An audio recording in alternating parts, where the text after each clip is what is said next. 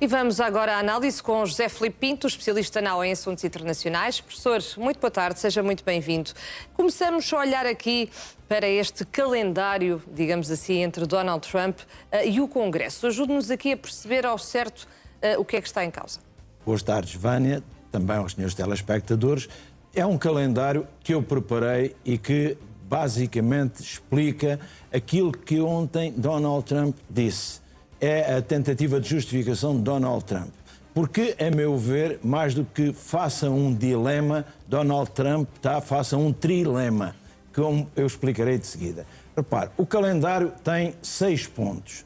E eu digo logo o calendário segundo Donald Trump. E porquê? Porque esta é a interpretação que Donald Trump tem deste calendário. Qual é o primeiro ponto? O primeiro ponto é o início das hostilidades, quando os Estados Unidos, juntamente com Israel, resolveram bombardear o Irão a pretexto de que o Irão estava muito próximo de conseguir aquilo que era a arma nuclear e, portanto, poria em causa a segurança dos Estados Unidos.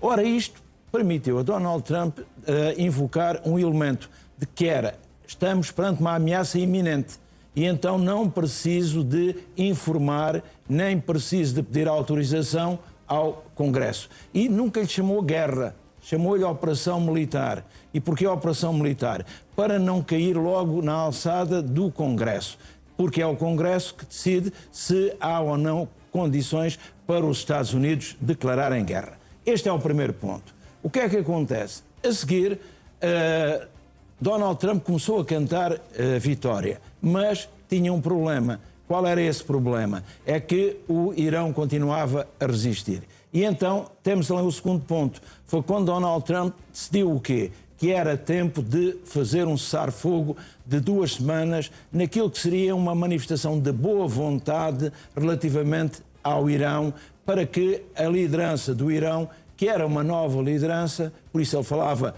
na queda do regime, estivesse disponível para negociar com os Estados Unidos e aceitar a posição dos Estados Unidos. Depois vem o ponto 3. E o ponto 3 tem a ver com o quê?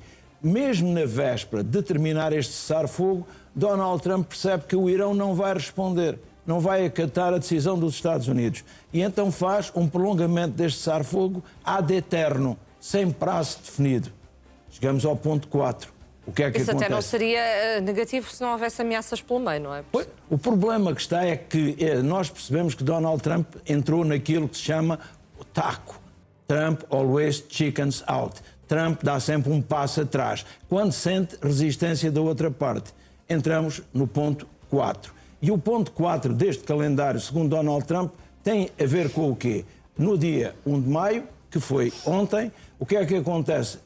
Que, os 60 dias que Donald Trump tinha para pedir autorização ao Congresso para continuar pelo menos mais 30 dias com esta missão, era no dia 1 de maio que terminava. Então o que é que Donald Trump fez? Aliás, não é só pedir autorização, é que ele tinha de pedir autorização, mas também tinha de pedir financiamento.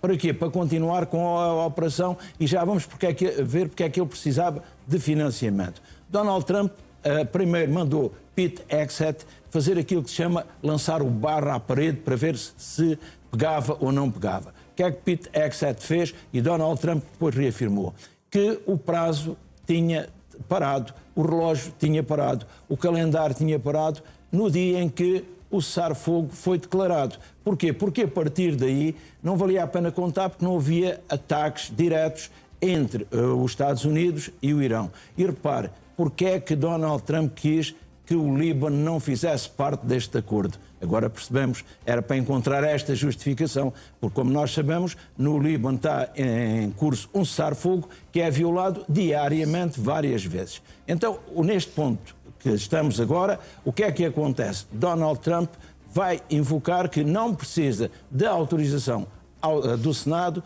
para... porquê? Porque o tempo parou. Não atingiu os 60 dias. Nunca ninguém pediu autorização antes, então porquê é que seríamos diferentes? Porque é evidente que ele diz, parou, a contagem do tempo para no momento em que há um cessar-fogo e o cessar-fogo não é de maneira nenhuma violado nem pelos Estados Unidos nem pelo Irão. Portanto, o tempo para aí e ainda não decorreram 60 dias de conflito bélico. É neste elemento que Donald Trump se baseia. O problema vem agora, que é o ponto que temos além, o 5 e o 6. E porque é que eu digo que é um trilema e não um dilema? Repare, é que verdadeiramente aparece além Donald Trump a dizer, portanto, que as hostilidades terminaram. É o ponto 5. Se terminaram no dia do cessar-fogo, vê o ponto 6. E qual é o ponto 6? É o trilema. Vai ser o quê? Donald Trump disse que terminou o conflito, mas não terminaram as hostilidades, mas que a guerra pode retomar. Então está ali o trilema, que é, vai haver um acordo, hipótese 1. Donald Trump mostra-se muito cético, mas a parte iraniana ainda se mostra mais cética. Faz parte daquilo que é a lógica negocial, o significar vender a nossa posição como uma posição superior. Portanto, esse é o primeiro elemento do trilema. Agora, vamos olhar para o segundo elemento desse trilema. É, se não houver acordo, regresso às armas. É possível. Donald Trump na quarta-feira já tinha referido isso, não é? Que iria haver ataques cirúrgicos precisos e ao Irão. mandou, portanto, os mísseis, hipersónicos, ou pensa mandar para a zona, porque as defesas antiaéreas do Irão não são atingíveis com o material bélico que está neste momento na posse das Forças Armadas norte-americanas. Mas repare, se isso acontecer, é evidente que provavelmente também vamos ter, ainda que parcialmente, botas no terreno. E isso vai implicar o quê? Vai implicar mortes.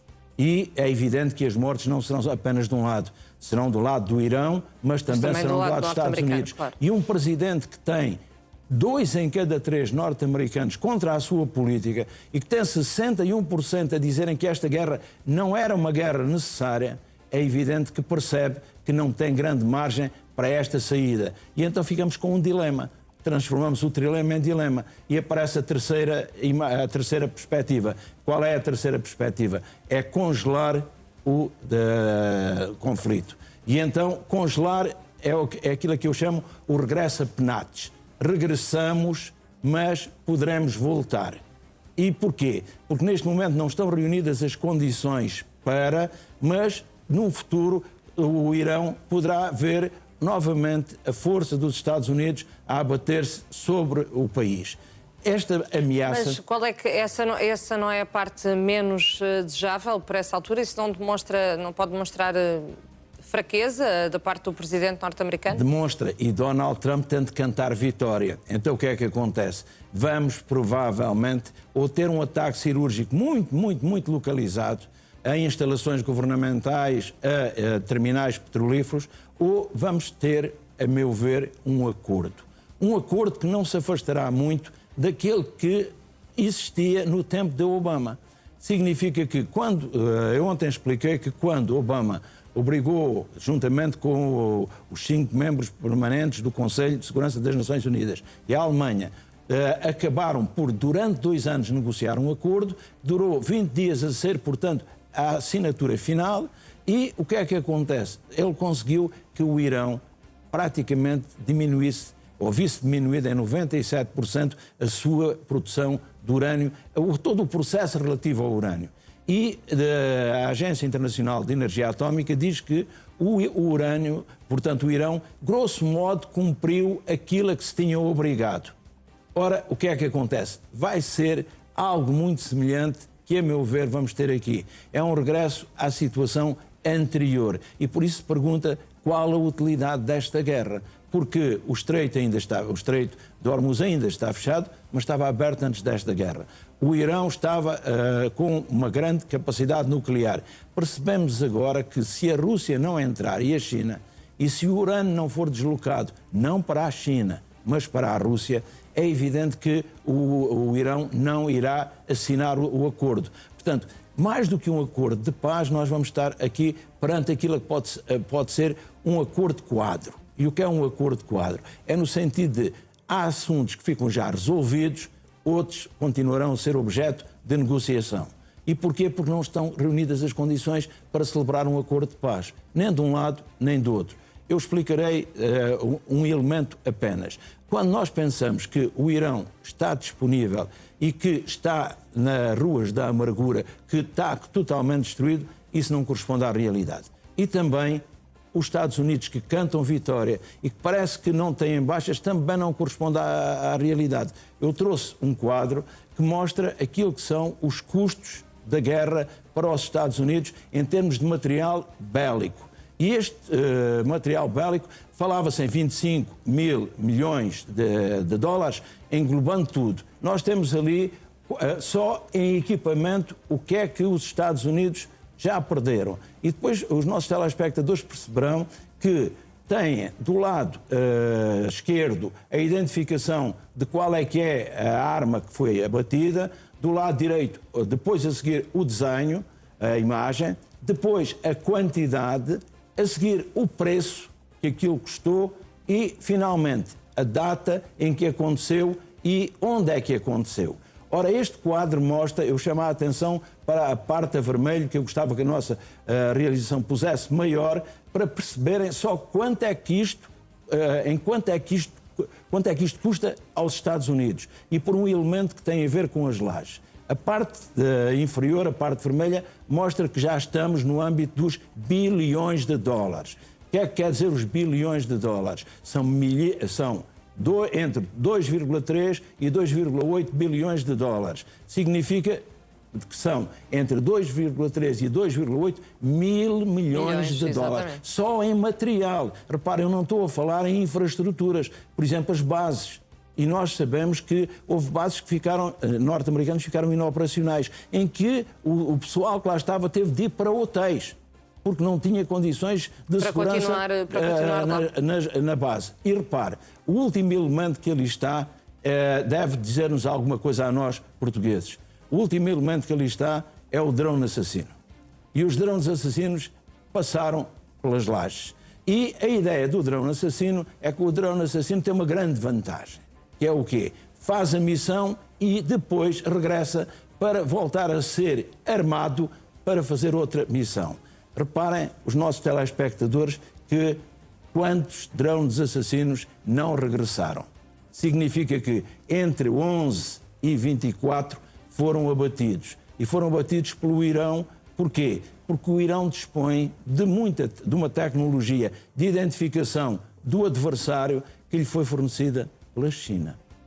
É um valor que nós podemos perceber porque é que o Irão comprou aquele satélite à China. E o que acontece é que, pela primeira vez na história, e é mesmo a primeira vez, os Estados Unidos estão a lidar com alguém que dispõe da mesma capacidade de informação. A imagem, a qualidade da imagem de que o Irão dispõe... Menosprezou-se essa capacidade de informação por parte do Irão. Claramente. Não se percebeu que o Irão se preparou para a guerra, porque sabia que ela seria inevitável. E por isso mesmo comprou material à Rússia, comprou material à China, em tudo o que era o último grau de sofisticação. Para quê? Para estar em pé de igualdade no que diz respeito ao acesso aos dados. E isto é um dado muito importante, porque quando se fala no preço dos drones assassinos, não é um preço, nós pensamos o drone é uma coisa barata, estes não são são muito dispendiosos. E o que acontece é para servirem para várias missões, para dividirem o custo pelas várias missões, para ficarem mais ou menos a um preço que se possa considerar não um preço demasiado elevado. Acontece que 11 a 24 foram abatidos. E isto é um dado que prova que as defesas iranianas continuam operacionais. Algumas foram destruídas, evidentemente. Há drones, há mísseis, há bases do Irão destruídas, sim, mas não estão naquilo que se dizia os 20%, os 30%. Não, o Irão neste momento dispõe... Nem a Marinha está no fundo do mar, como tantas vezes disse Donald Trump e o próprio Pete Hegseth. Claro que não, e por isso é que nós percebemos o que é a frota Mosquito. E a frota Mosquito é aquela que é responsável pelo controle do Estreito de Hormuz e é aquela que é responsável pela colocação das minas nesse mesmo estreito. E depois nós vamos ver um dado importante e que também não vai ao encontro, vai de encontro à narrativa dos Estados Unidos. Quando passarmos para uma questão que eu gostava que a nossa realização pusesse no ar, que é a questão do Estreito de Hormuz e daquilo que são os dois duplos bloqueios. E porquê? Porque este é um dado muito importante, é um dado... Estão lá os dois bloqueios, é uma imagem que eu... Bastante explícita. Bastante explícita, e parece que aquilo são mesmo como que uma rede por onde nada passa. Não é verdade. E os últimos dados a que eu tive acesso apontam que o Irão conseguiu contornar várias vezes aquilo que seria o bloqueio norte-americano. E o número impressiona. Conseguiu passar por este bloqueio 174 milhões de barris. 174 milhões de barris. A maioria das quais foram para a China. E porquê?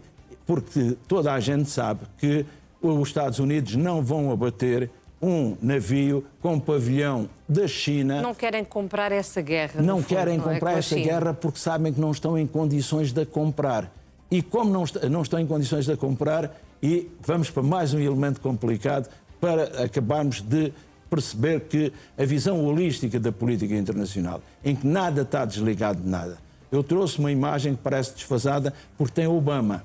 E Medvedev. E pergunta-se, o que é que Obama tem a ver com isto, se Obama já não é presidente? A seguir houve o primeiro mandato de Donald Trump, a seguir houve o mandato de Joe Biden, este é um novo mandato de Donald Trump. Obama ficou lá tão para trás, o que é que Obama tem a ver com isso? É uma imagem que os nossos telespectadores estão aqui a ver, verdadeiramente aponta para quê? Para Obama e o presidente russo, Medvedev, que, como nós sabemos, foi uma invenção de Putin quando não pôde candidatar-se a presidente por ter cedido, naquela altura, o máximo de mandatos possíveis. Portanto, Medvedev é rigorosamente a voz do dono, e o dono é Putin. Estão a rubricar um acordo. Este acordo foi assinado em 2010. É o acordo do quê? Era o New START. Era o acordo das armas nucleares. Nós sabemos que os Estados Unidos e a Rússia juntos têm mais de 90% das ogivas nucleares. E eles fizeram este acordo, os dois. Fizeram um acordo a dizer o quê? Que cada um dos países não poderia ter mais do que 1.550 ogivas, atenção, estratégicas. Eu sei que a Rússia tem mais de 5.000. Eu sei que os Estados Unidos têm mais de 5.000. A China tem 600. Mas nem todas são estratégicas. Portanto, porque as armas nucleares há as táticas e as estratégicas. E então, este tratado significava o quê? Que nem os Estados Unidos nem a Rússia podiam ter mais do que 1.550 ogivas estratégicas implantadas. Este tratado terminou em fevereiro e não foi renovado. Terminou no dia 5 de fevereiro deste ano. Quer dizer que, neste momento, o nuclear está à rédea solta. E porquê é que está à rédea solta? Ou seja, qualquer país pode ter este o nuclear que quiser, digamos entre assim. os dois países que são as maiores potências nucleares do mundo, é um tratado que a Rússia tentou que fosse prorrogado, voltasse a ser assinado este ano, ainda que com algumas pequenas alterações, se os Estados Unidos entendessem. E Donald Trump não quis. O que é que Donald Trump não quis? Este é um dos poucos motivos, um dos poucos casos em que Donald Trump tem razão. Donald Trump tem razão porque disse: isto não é um acordo a dois, temos de chamar a China, tem de ser um acordo a três. Porquê? Porque se nós nos limitarmos mutuamente e deixarmos a China fora deste acordo, o que é que acontece? A China, que tem vindo a intensificar o seu processo nuclear, dentro de 4, 5 anos está ao nosso nível, quando agora a diferença está praticamente a 10%, que é ter 600 ogivas nucleares, tanto a Rússia como os Estados Unidos, qualquer um deles tem mais de 5.000. Então, Vânia, o que é que isto quer dizer? Pequim não está interessado.